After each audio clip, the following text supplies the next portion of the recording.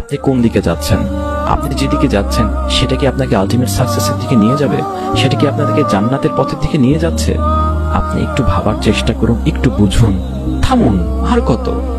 ওই লাইফটাতে শান্তি নেই, ওই লাইফটাতে শান্তি নেই। আসলে আপনি আল্লাহ থেকে দূরে থেকে কখনো শান্তি পাবেন না। ট্রু ওয়ার্ডস, আপনি আল্লাহ থেকে দূরে থেকে কখনো শান্তি পাবেন না। আপনার যদি মনে হয় ওইটাই শান্তি, আসলে ওইটা শান্তি না, ওইটা ধোঁকা। আপনি নিজেও জানেন, ঠিক আছে? আপনি নিজেও জানেন যে ওই জগতে শান্তি নেই। একটা গানে কানে যতক্ষণ শোনেন ততক্ষণ আপনার ভালো লাগতে পারে, কিন্তু কান থেকে হেডফোন খুলে ফেলার পরে আপনার ডিপ্রেশনের শেষ নেই, আপনার খারাপ লাগার শেষ নেই। আপনি যতক্ষণ নেশার ভিতরে থাকবেন, আপনার শরীরে যতক্ষণ নেশা থাকবে ততক্ষণ হয়তো বা আপনি ভালো লাগতে পারেন, কিন্তু যখনই 1-2 ঘন্টা পরে সেটা চলে যাবে তখনই আপনার ভিতরে অস্থিরতার ভাব শুরু হয়ে যাবে। আপনি ভালো থাকতে পারবেন না কখনো আল্লাহ থেকে দূরে থেকে। সুতরাং আল্লাহর কাছে আসুন, আল্লাহর কাছে আসুন। আর আল্লাহ থেকে দূরে থাকি কি লাভ হবে? লাভটা কি? আর আল্লাহর কাছে সন্নিকটে আসলে ক্ষতিটা কিসের আপনার?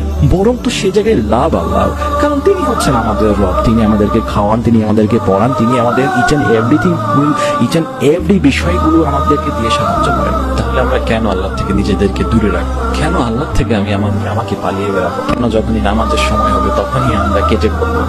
নামাজের আজান দিচ্ছে কিন্তু মসজিদের সামনে দিয়ে আমরা যাচ্ছি, কিন্তু তারপরও মসজিদের ভিতরে যাচ্ছি না। কেন এমনটা করছি? কেন আমি দূরে দূরে পালাচ্ছি?